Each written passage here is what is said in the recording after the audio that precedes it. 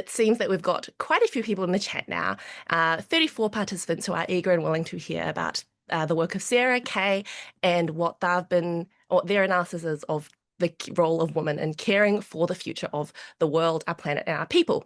Without any further ado, Sarah is from the Women of Colour and Global Women's Strike Movement. She's an immigrant and long-time campaigner, active in the women's, anti-racist, including the global campaign Black Lives Matter, anti-war, anti-deportation, and environmental justice movements for over 35 years, even though she looks much younger. As part of Women of Colour and Global Women's Strike, she has worked internationally for payment and recognition of women's unwaged caring work as central to society, the land and environment. We also have the wonderful Kay joining us today, formerly from Greenham Common Women's Peace Camp. How she's worked on how women can organise to defend common land from the military and to stop the squandering of resources on warfare. You can also look up their campaign, Welfare Not Warfare. Unfortunately, it is the other way around. So without any further ado, I will welcome the wonderful Sarah to speak for the next 10 minutes on care, income, and the global women's strike work internationally. After that, we will follow with our other speakers, and then a reminder, we're going to have a Q&A session later, so please do utilise the Q&A function just at the bottom of your screen to ask us those questions so we don't lose them. Sarah, passing over to you. Thank you so much for that kind introduction. I'm going to just jump right in and say that the Global Women's Strike slogan has always been investing, caring, not killing. And that's, we've had that for decades.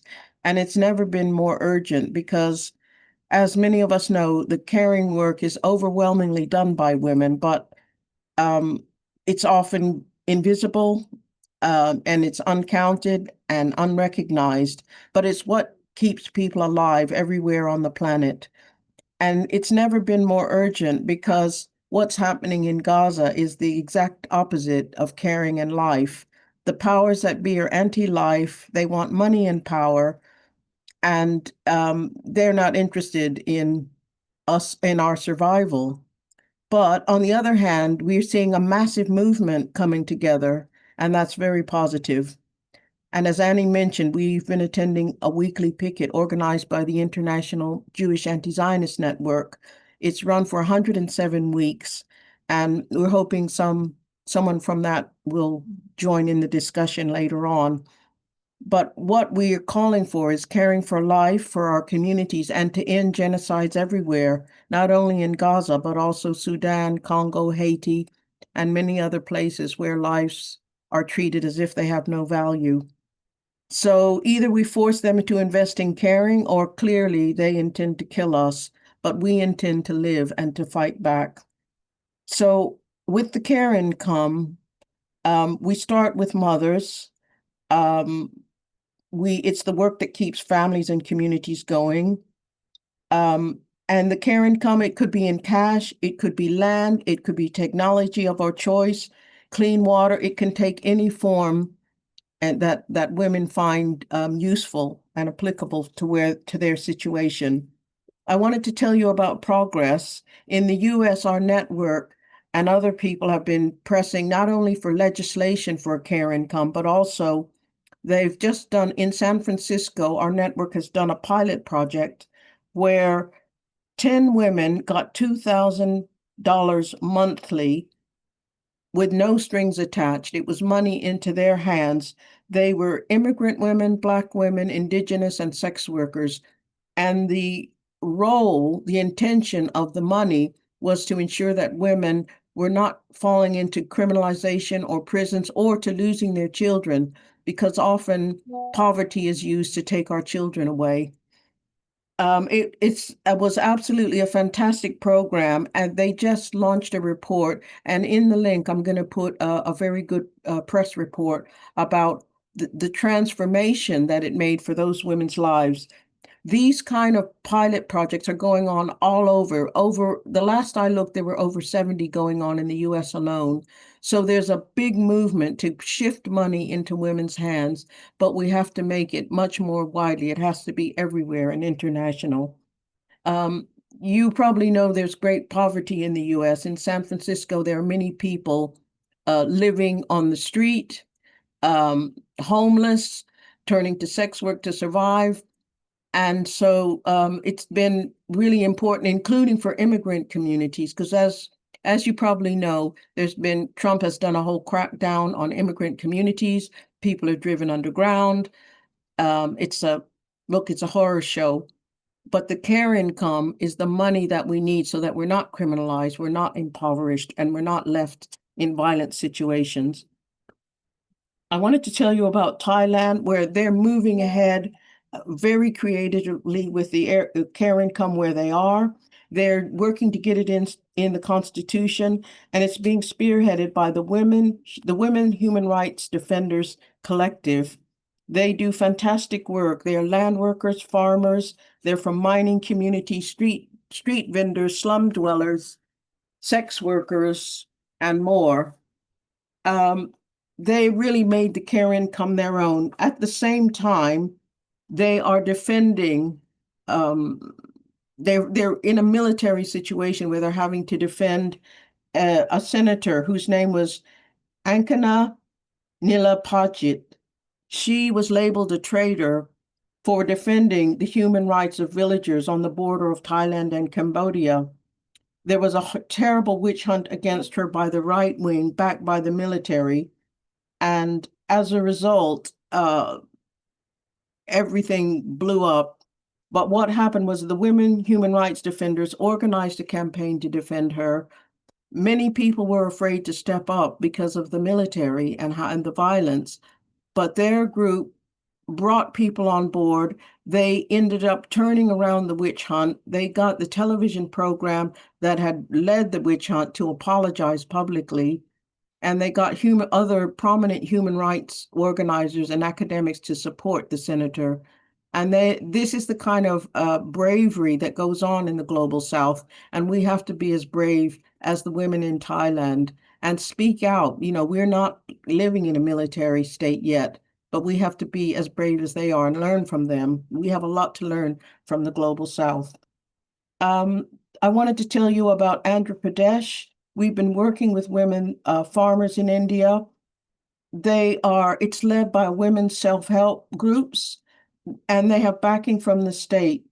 And that's very important because often we struggle alone. But if we're autonomous and the state backs our demands, their project shows how quickly things can change. They've spread natural farming all over the region of Andhra Pradesh. There's something like 1 million farmers involved, and they're working with people internationally because the measures they're applying can be used anywhere. And just recently, the women have been working with women and communities in Zambia. They're transforming the land. They are improving crop diversity. They're raising their incomes. Health is better. We sent a team, the Global Women's Strike sent a team to actually visit them and learn firsthand. And we organized for them to come and speak here at the Oxford Farming Conference, which was tremendous. We'll put a link to that in the chat later so you can see firsthand what they're doing. Moving right along, just to tell you a bit about the work we do. We are obviously, we're for money for mothers and carers, but we're also against all forms of racism, Islamophobia, and the apartheid in Israel. We have to call out every form of racism. We are not feminists. We're not pushing for women to go out to work. We need the money and the resources so that the primary care we do as women, as mothers, is resourced. And then whatever else we want to do is fine. But we need the primary work that we do paid for. We feel we're stronger as an international network. Many of us in the network are immigrants and we work for immigrant rights. And we call on the climate justice movement to really support. This government is about to bring in a whole new set of laws to criminalize immigrant people. And we need everybody to speak out and to defend the rights of immigrants and asylum seekers. We know that millions of people are fleeing because of climate devastation, war, and starvation. And we have every right to be here. We come to reclaim the wealth. That wealth is ours. And we intend to claim it together with white working class people who also have a right to those resources. There's a men's group in our network called Payday, which we can tell you a bit more about later. We stand for autonomy, not separatism, because it's crucial that we start with our organizing as women, because without that, the truth never gets told. Our groups are mutually accountable. We support each other and we speak up on issues, but without taking over. Sometimes ambitious people want to join us, but we're not on for that. We want all of us to come up together. This is not a place for people who want to just advance themselves. Finally, just to conclude with Palestine, obviously we're supporting the Palestinian people. We stand with the mothers and children. We're horrified about the genocide and the starvation, and we feel we can't stop, we can't be silent, and we have to keep organizing until Palestine is free and they have their lands and their homes and their rights. I mean, obviously, we all know this is a very heavy moment, but we're digging deep and we're determined to keep organizing. And unless we take back the resources, either the billionaires and the warmongers and the polluters, either they have our resources or we take the resources back. So we were determined to build our movement to do that and to win back everything and have a caring society for all of us. Thank you very much. Amazing. Thank you so much, Sarah. I'm going to switch quickly to Kay, our next speaker. If you would like to drop any hearts, applause, emojis in the chat to thank Sarah, you are welcome to. And a reminder, we have the Q&A function down the bottom of your screen if you would like to ask questions later on in the session. Without further ado, Kay, welcome to the stage. Myself. That's it. I'm unmuted. Okay. Hi, everybody. Very glad to be on this meeting. Okay, I'm just going to say a bit about Greenham Common Women's Peace Camp. I know some people, if they go back 40 plus years, will remember it. But it was a permanent women's peace camp outside a US Air Force base in Berkshire, really not far out of London. And we were protesting the US putting 96 cruise missiles there during the Cold War. And each missile was 16 times as powerful as Hiroshima and Nagasaki bombs. And it was a big and dangerous escalation of the arms race that was happening. Just to say, the camp did finally get rid of the missiles and the military and regained the land, which had been traditionally common land where people could go and get stones and take their animals to graze and, you know, get wood and all sorts of things. So finally, it has come back to that partially. The camp was started in 1981 by a group of mothers, some children and men, some men who marched from South Wales, and they chained themselves to the main gate at the camp and demanded to speak to people, but of course they didn't get that. So a sign went up saying it was a women's peace camp, and it grew very fast. And then in preparation, they obviously went through the winter, and then in preparation for the first mass eviction, there was a majority decision at the camp for it to become women only, and it remained that. I think, you know, with some sort of authority coming for you like that, people obviously decided. I wasn't involved at that point, but they obviously decided for it to be women only. I went there in 82. I was visiting, and then I went to stay there at the end of 82 and into 83 and into 84. The right-wing media attacks were absolutely relentless, and they especially attacked lesbian women who had not only, but they had gone in, you know, in big numbers to Greenham to be feeling safe and also to protest. But the media also helped to spread the word, which was good. And thousands of women visited and stayed over the years, including many women from Japan who obviously knew firsthand the horrors of nuclear bombs. Generally, women who came, they felt it was really urgent to take part, as they were the ones who had created and were sustaining lives as mothers, grandmothers, and other carers.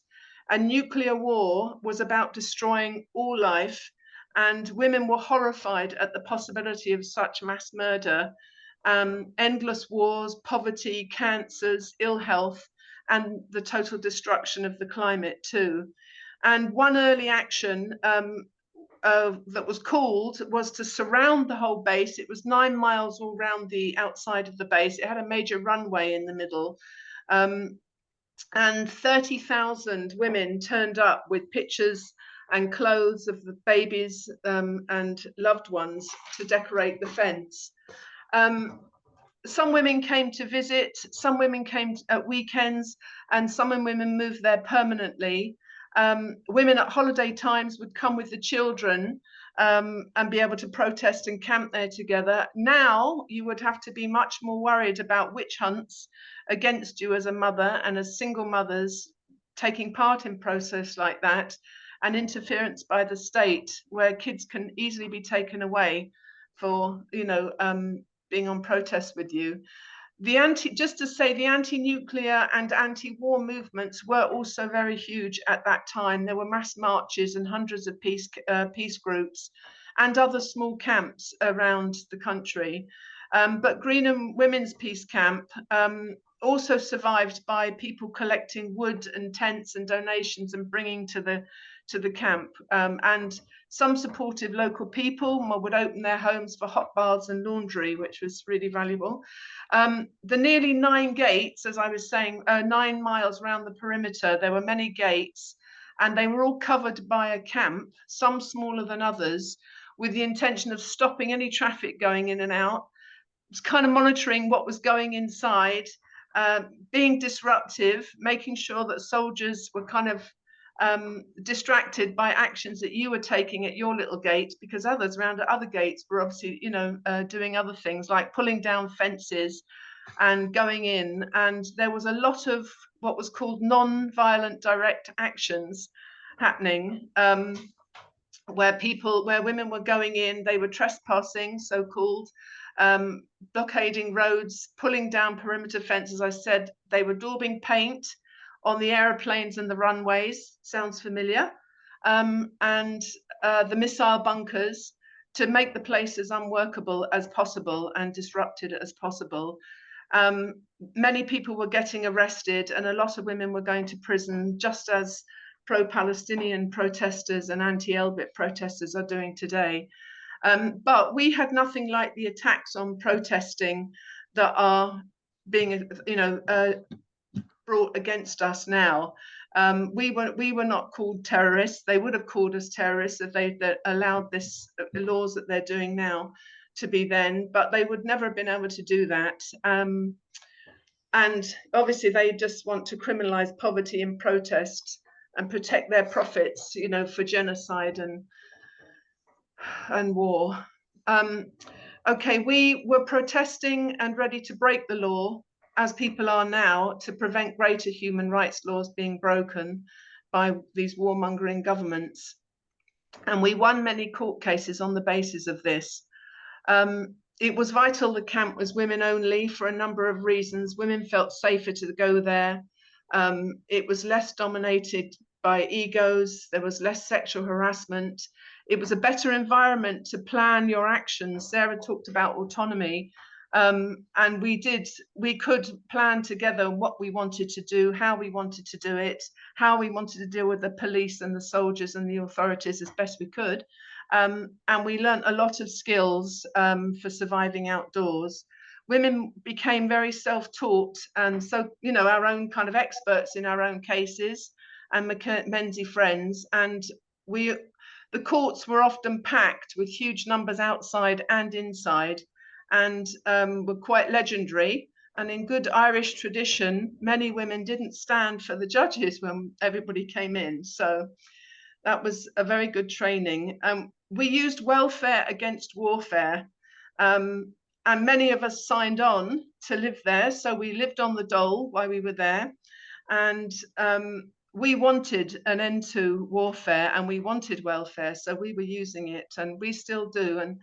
And that's why it's so important that we continue protesting now fighting for welfare, for all of our rights to welfare and a care income for the organising work that we're doing to protect, the people and the planet. And just sort of coming to the end of what I was going to say, at a slightly later point of the camp, Black Women for Wages for Housework and the Wages for Housework campaign held workshops on anti-racism and the peace movement to challenge what peace meant for all communities and how the police and authorities treated people of colour especially. And we wanted to connect all injustices resulting from the global military industrial complex and the impoverishment of communities, the land resources, them taking our money and ploughing it into the military and into wars and profits for the billionaires, like Sarah said. There were heated debates on whether it was important to tackle racism in the peace movement and broaden the issue. And we were accused at some point of dividing the movement by some people. But Yellowgate, the main gate at Greenham, wanted to be anti-racist, and they wanted to be non-aligned also, so not aligned with the US or the USSR, which was so crucial. Some people didn't agree with that, and so there were splits. Some splits in the movement. Just to say, many of us went on to other organising and campaigning afterwards. Some of us went, for example, to the occupation of the South London Women's Hospital, where we used our Greenham training to kind of resist bailiffs coming in and shutting down that women's hospital. And some of us met the Wages for Housework campaign, who were also at the hospital and at Greenham. And for me, I heard them demanding, pay women, not the military, and give us the military budgets and we'll defend ourselves, and invest in caring, not killing. And how a care income would work to defend people and the planet. And for me, it got to the heart of it, and that's why I stayed. So I think I'll just wrap up there. Sorry. Thank you so much, Kay. I hope that you have a cup of tea now. Well earned it. We also have the amazing Tracy joining us today. Tracy is from the Support Not Separation Group, a coalition that organises a weekly picket demanding an end to forced and unjust separation of children from their mothers and other primary caregivers, and an end to mothers' poverty. Perfectly wrapping up our wonderful speakers for today. A reminder, you can pop your questions in the Q&A box at the bottom of the screen, and we will move on to those shortly. Welcome, Tracy. Hi, thank you very much, and thank you for letting me speak. As the introduction said, I'm part of Support Not Separation, and we're a coalition of organisations and individuals who have experienced or witnessed the damage caused by forced separation of children from their mothers and other primary carers, and the detrimental effect this has on everyone. I mean, everyone knows that mothers care and protect, and this is central to children's welfare and safety. What mothers are often begging for is to have enough money to feed and clothe their children, to get resources for our disabled children, or to escape from violent men. We're entitled to state support, but instead we are blamed for needing that support. Poverty is not neglect, but it is used to imply neglect and remove our children. For example, children of colour are often living in poverty and living in the poorest areas of the country, and they are 10 times more likely to be taken into care. Councils say they can't afford support that the mothers are entitled to, yet they pay private companies obscene amounts, such as £1 million a year, to place one disabled child in an institution where rape and abuse are rife. While foster carers get between £400 and £1,000 a week per child, a mother struggling under the ridiculous 2-child limit has to live on a pittance. Increasing privatisation of children's services has led to fostering and adoption becoming a highly profitable industry worth millions, which depends on a continual supply of children. By identifying more children as at risk due to poverty, children's social services are driving their own demand. In August of this year, the president of the Association of Directors of Children's Services finally recognised what we have been saying for years, that poverty is why so many children are in care. Councils must prioritise giving families money instead of millions to foster carers and private companies. This would stop so many children going into care and be a huge improvement to the lives of children and their mums. She said councils fund placements for children in care, but there were no clear offers of financial support to birth families to ensure that children remain in their family homes. While councils can give cash to families under Section 17 of the Children's Act, local authority procedures tend to state that this should only happen in exceptional circumstances, even though this qualifier was removed from the law in 2008. Meanwhile, the removal of children under Section 47 is statutory and cash rich. So the vital bond between the mother and child is denied in favour of fostering, institutional care and forced adoptions, regardless of the horrific outcomes. What we want is a care income for mothers and other primary carers so that the bond between the mother and child is respected. The work of caring for children is financially recognised and no mother can be accused of neglect because she's poor. This would protect mothers and children from professionals abusing their powers and acting as if they know best, as if the children belong to the state and not to their own mothers, and prevent the institutionalization of children and the lifelong trauma that it causes. A care income now. Poverty is not neglect. Thank you. Thank you so much, Tracy, for those insightful comments and analysis, and to everyone in the chat also who are sending us in questions. Selfishly, I have some questions of my own, which I think hopefully everyone else will also enjoy the insights of. I will ask the questions, and then any of our three panelists who are happy to give comment, please do feel free to jump in. The first question that I feel all of us would like to know the answer to is, if societies paid for care at its real value, what would fundamentally change in our economies and priorities? Any three of you are welcome to jump in with that answer. Could you just say that again? I'm sorry, Annie. Of course. If societies paid for care at its real value, what would fundamentally change in our economies and priorities? And I'll pop that in the chat as well for anyone else.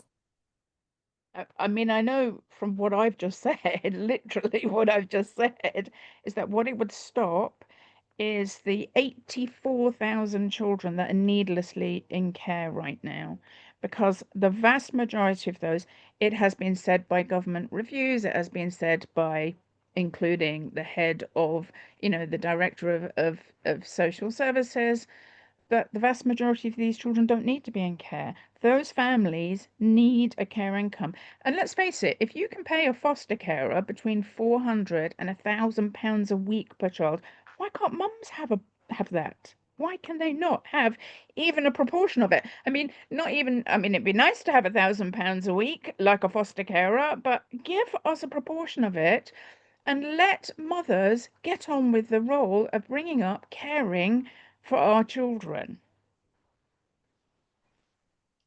Oh, go on, Maybe Sarah. just a quick one, just for the Global South. There was I can mention one project. It was in Zambia where the women they were asked what they wanted, which is unusual because they usually go over the heads of women, but the women asked for bicycles and solar lamps. And with the bicycles, they could take their milk and produce to market very quickly, saving them hours of walking. And also the girls could use the bikes to go to school. And the lamps meant that they could work in the evening. And just those two things, based on what women really wanted, transformed the society for women. And when women have money, children have money, men have money, our communities have money, because we're the carers, we always put the money back where it needs to be. So men are lifted up, children are lifted up, everything lifts up. And there's countless examples. I'll put a link to the Care Income project that our network just did in San Francisco, because it's tremendous. And that can happen. And what it means is we don't want the money to just come from other people. The money has to be taken from the military, the arms dealers, the billionaires. That's our money. And so the Care Income we're demanding that money to repair the injustice that's been done to us. And the women of color, global women in the global South, have suffered the most injustice over the longest. So that's where it has to start. Yeah. Yeah. No, my very quick comment was going to echo what Sarah's saying, that, if the money's coming into caring, it isn't there for the military. It has, it's just not there. We won't have the military like that. Or billionaires. The billionaires are running the world. And we have to stop that, because they're running rampant and killing us. Yep. So incredibly true. And thank you all for those insights. The next question I have, and I'll also pop this one in the chat for anyone to read. How do you see the legacy of colonialism, conflict, or global economic structures shaping the value of care today?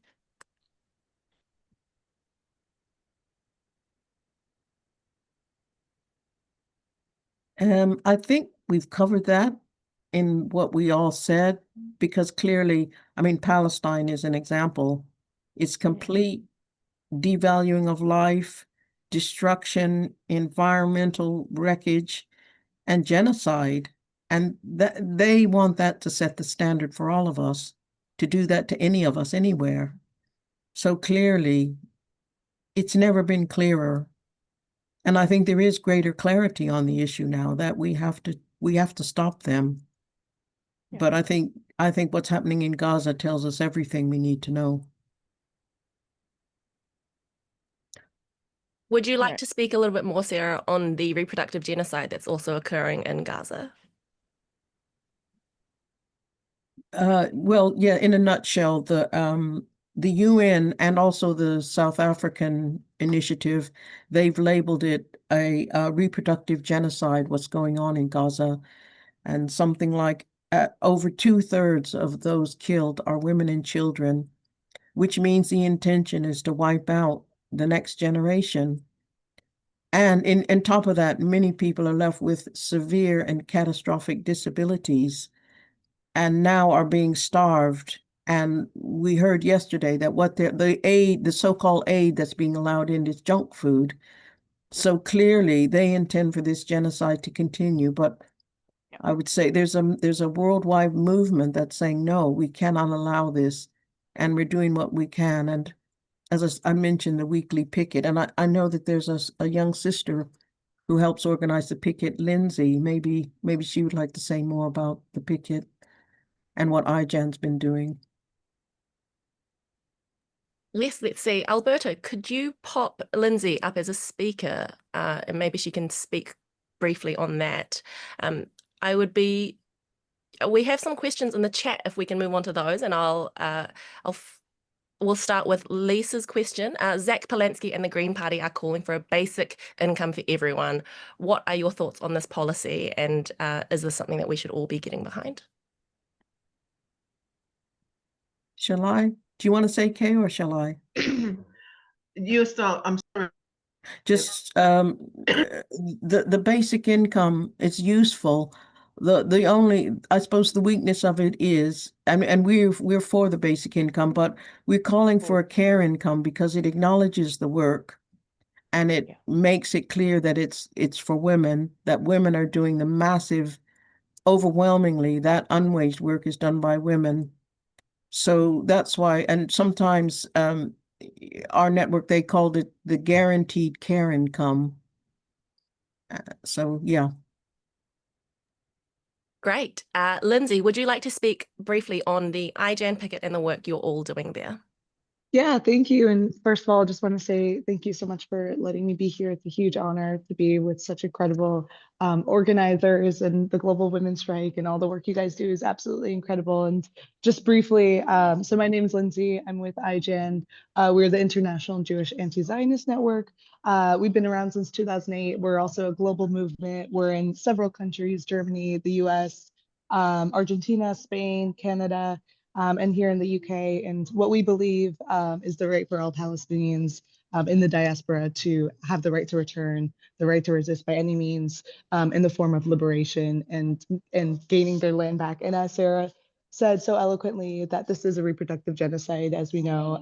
And the UN experts also said back in May 2024 that there's been over a 300% increase in miscarriages. And we also know that women in Gaza are the ones that are holding it together for their children, and they're literally risking their lives every day during the genocide to get aid, to get formula, to get the basic necessities to be there for their children. And it's a reproductive genocide that we don't even know the impact for the next generations, if they will even be able to have children, because of the horrible air quality of being immersed in bombs every single day. And so every Friday for the past 2 years, we're at 107 weeks. We've been outside the Israeli embassy, calling for a free Palestine. And we've been joined every single week by the women of color in the Global Women's Strike, and these incredible organizers. And I just want to say just a huge shout out to them, and just an honor to be able to organize with them. And yeah, free Palestine. Thank you. Thank you so much, Lindsay, for joining us. Kay, on the subject of the reproductive genocide, are there any comments you would like to make on the links between Hiroshima and Nagasaki and what we saw then and what we're seeing now? Well, yes, lots of the women, came through that, the bomb attacks. It was horrendous, what happened to people, and the poisoning and the toxicity that went on even after the bombs, for quite a long time. It's really, as Sarah was saying, it's an evil plot, to really just get rid of, try and get rid and stop Palestinian people rights to the land and being there to have children. And it's a huge danger for all of us, which is why we're really against it. Thank you. Yes, we have a question in our Q&A box from Carol. Could Sarah Calloway please explain what she stated, think that they aren't feminist in her movement is paying for care not considered part of feminist campaigning? Sorry, could you repeat that, Annie? So she said, could Sarah Calloway please explain why she stated or think that they aren't feminist in the movement, is paying for care not considered part of feminist campaigning? I think that's in response to your comments earlier that we're not calling for feminists to have all the money, but we're calling for feminists to be, we're calling for women to be paid for the work that we do, not just be recognized as feminist movements. Yeah, there's been a strand of feminism that's been quite prominent, which has really been about saying we should go out to work, forcing women out to work, and supporting policies that do that, and ignoring the fact that all the unwaged work that we do, especially as mothers. I mean, the workload of mothers is horrendous, especially, when there's poverty, when there's violence. Women are carrying that 24/7, horrendous workloads. And then it's like the feminists are not, there's a strand of feminism, not all feminists, but there's a strand that's been very dominant that says we should be going out. Our liberation is down to going out to work. And often it's low-waged work. It's the dirtiest, the lowest paid, the most onerous work that we do. And then we come back and do a second shift at home for our loved ones. So we're saying that first of all, we want an income and recognition and respect for the primary work that we do as carers. And we want other people to do it. We want all genders to do it. We want men to do it. We want the care work to be a priority everywhere. But it starts with women getting payment for that primary care work. And, you know, unfortunately, we've had to fight with women in high places who are frankly on the other side and not supporting our rights, especially in the global south where the workloads are unbearable. You know, women are carrying water, growing the food, you know, without hospitals, they do all the healthcare work themselves. And that's why we focus on the international, because the international tells us what we need to do and where the priorities need to be. But also many of us in the North, in Britain and the US, we're poor here, or we're immigrants. We've fled from those countries where, you know, it's starvation and genocide. Thank you. From my understanding, a lot of the work that all three of you have been involved in has required building coalitions across different movements and groups and finding the commonality between your causes. Would anyone like to speak more about the different coalitions, the working groups, the connections you've made, and how you've brought those different groups together to create a really solid base of anti-imperial, anti-capitalist, anti-establishment movements? Well, I could say I mean, when we try to have some big events, where we can come together and demand, demand a care for International Women's Day, for example. We were definitely organizing to be against war and against what was happening in Gaza.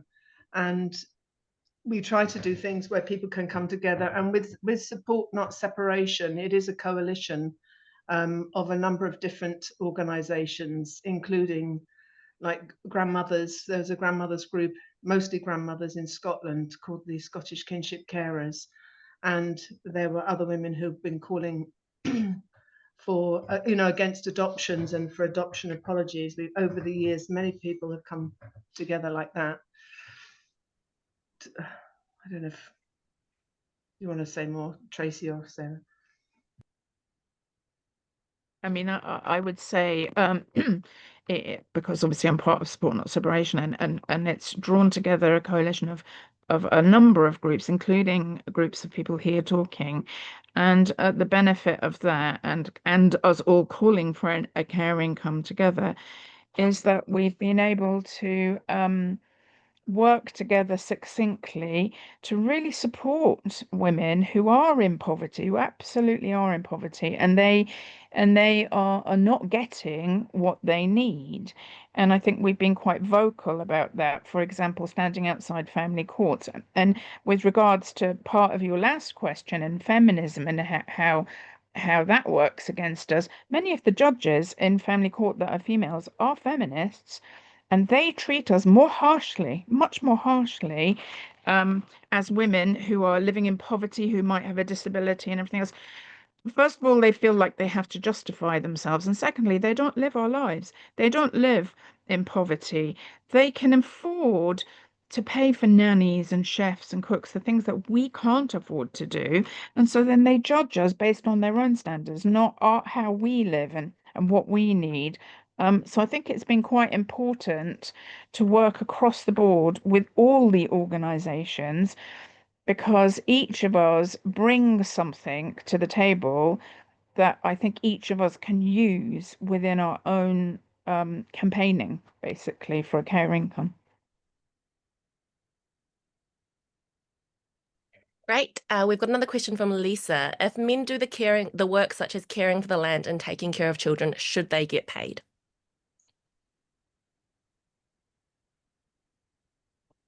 Good Short question. answer is yes. Yes. But it has to start with women. It has to start with women Yes. and mothers. Yes. But of course, Mothers everybody, and women first, yeah, and then other primary carers. That's right. And it's for Yes. all genders, all generations. Yes. And Yes. that's what we think. We want everybody to be doing care. I mean, Yeah. imagine a world where everybody's priority was caring, not killing. Yeah. I mean, that's Yeah. what we want. Sarah, on that note, you also mentioned the Payday Men's Group. Would you like to use this chance to speak a little bit more about what they do? The Payday Men that support the work of the Global Women's Strike, They work with soldiers who are refusing to kill or running away from the military, including some of the refuseniks in Israel and in other countries. They organize, they call out rape and support women's organizing against rape. And they take leadership from women, and also they do the work because they also want to change the world, and they also want better relationships with women and with children. And it's really important that we do see men are changing, and we need men's support, but it has to be men's support with women's autonomy. Great. And Ao has a question. Which groups in Africa do you work with internationally? I know that's quite a loaded a question that you could answer with many, many different groups, but maybe your top ones that you think are most relevant to this conversation. Maybe what we could do is, like at the moment, we've been in touch with women in Zambia. Women from Andhra Pradesh have recently gone to work with women and communities in Zambia. So we can put a link about that, and maybe I'll put our email. If people want more information, we can tell you about particular groups we work with. But we've worked with people in South Africa on water, the water rights issues. And we've worked also with women in Nigeria, again, who are organizing against Shell and the pollution and the violence caused by the polluters. So we work with individual women and with groups as well. But I'll put our email addresses in the chat for people to be in touch. We'd love to be in touch. And if you're in Africa and want to be in touch, that would be even better. Amazing. I can personally vouch for these women. Obviously, you've heard them speak about how wonderful they are and the work that they've been doing, but I've been really lucky to organize with them. Would you like to also speak about the Crossroad Women's Centre at all? Okay, do you want to speak to that? Okay, well, we're a women's centre in Kentish Town, and it's the home for a number of different organisations that meet there. And for example, a lot of groups work on a basis of self-help, where when people come for help with their situation, first of all, people have to kind of be involved in knowing, where their case is at, what they're doing, and can work with people at the centre who are often trained ourselves, through our own experience and our own resisting injustices, and can work with people on that. The centre welcomes volunteers to come and volunteer with us. We're also open for drop-in for people to come and to call us. And I mean, a number of the groups, if you want, there is a website to look at Crossroads Women's website, so you can find your way to the different organisations. There's a Women with Disabilities group, a sex worker organisation. There's Women Against Rape that people have mentioned. Obviously, Women of Colour and the Global Women's Strike, the Strike, Payday Men's Group, the queer group, Queer Strike is based there, and and so people are welcome to get in touch, and find out what we're doing more, and come and join us, be part of volunteering with us. All sorts of skills are needed and are very fantastic for us to have. So people who've got skills with, film editing and filming and cooking and sewing and banner making and placard making, and different groups at the centre welcome those kinds of skills. Could I just jump in, following from what Kay said, that it's been very striking that recently we've had a lot of new young volunteers, including young people, women and men from the climate movement, some of whom have been in jail, some of whom are doing work on the ground, and have, kind of found their way to the center, which has been great. And 3 of our groups, Women of Color, English Collective of Prostitutes, and Queer Strike, have recently marked our 50th anniversary, so 50 years of organizing. and we're getting our archives together so that they'll be publicly available. And it's been great to have the young people have been thrilled to, help us go through the archives and also find stuff that they find useful in their own organizing. So we also need, volunteers for that. And we have a recording of our 50th anniversary, which was a wonderful occasion and very uplifting. Incredible. There is a question about the work you've done in other countries, but I know that that is listed on your website. For the purposes of time, I'm just going to quickly wrap up.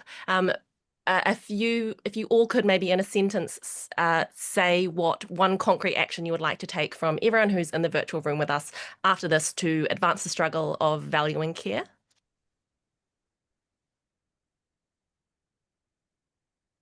Do you want to go, Kay? Sorry, I thought you were asking people to put it in the chat. Oh, sorry. Sorry, the question was one thing to say. Yeah, one concrete action everyone who's watching can take to advance the value of social care or care incomes. Well, I think, I mean, to be come and join us and, be in touch. And we've got, we have. Oh, Kay, you're on mute. You've gone on mute. I would say whatever campaigning anyone there is doing to see how it fits into the work that you're doing, to look at what work are women and mothers in your own network, because often women are leading campaigns, but when it's public, the women are in the background. The work they do and their demands gets kind of pushed to the back. So I think it's to look at what women are doing in your own networks, to see how that relates to the care income, to support campaigns like, the single mother self-defense. You can go to the family court picket once a month, support that. Be more informed, support there's a big fight for the disability benefits for single mothers. There are mothers that are fighting justice campaigns. You can go along, support those campaigns so that we're better informed and we're better connected. We have to learn more about Palestine. We have to learn about Sudan. Haiti is, they were the first to end slavery, but not enough is known about that struggle and what they've given to the world and how we can support that ongoing struggle. I think to be better informed about the international movements and how much they help us and what we can do also to help them in our own interest. And although in those ways we can, in a way, we understand racism better and we understand discrimination better and we understand what we all need, how to lift each other up so we all win. Absolutely. Thank you. There have been so many incredible insights today that I've felt really privileged to be a part of this conversation. We must be as brave as the women in Thailand and India and Gaza, the women who, like yourselves, who have been doing incredible work for the past 50 years. We must learn from the global South. We must keep organizing until Palestine is free. What we want, we're looking for a care income because the bond between a mother and a child must be respected. As a society, we will not succeed if mothers and children do not have the opportunity to succeed. Poverty cannot be criminalized. Caring is a not-for-profit sector. We should not be paying foster companies to cause family separations. And, what Sarah said, which I took note of, and I think is a wonderful message to close the session. This moment is heavy, but we're digging deep and we are determined to keep organizing. We must take back our resources from the billionaires, the warmongers, and the polluters, because we are looking for welfare, not warfare, and that is our money. Thank you, everyone, for joining us today. We have had an incredible session. This is recorded. Welcome visitors at the Crossroads Centre. They welcome you to contact them via email. All the links are in the chat. You can go back to the main lobby and you can network virtually with everyone. So maybe if you can't make it to the centre, you can have a virtual cup of tea with everyone. We need to go to the next session now, but thank you again for everyone for joining us. Thank you to Kay, Sarah, and Tracy. Really grateful for all the work you've done and for what you've said to us today. And we look forward to seeing everyone in more sessions later on. Thank you. Thank you. Bye.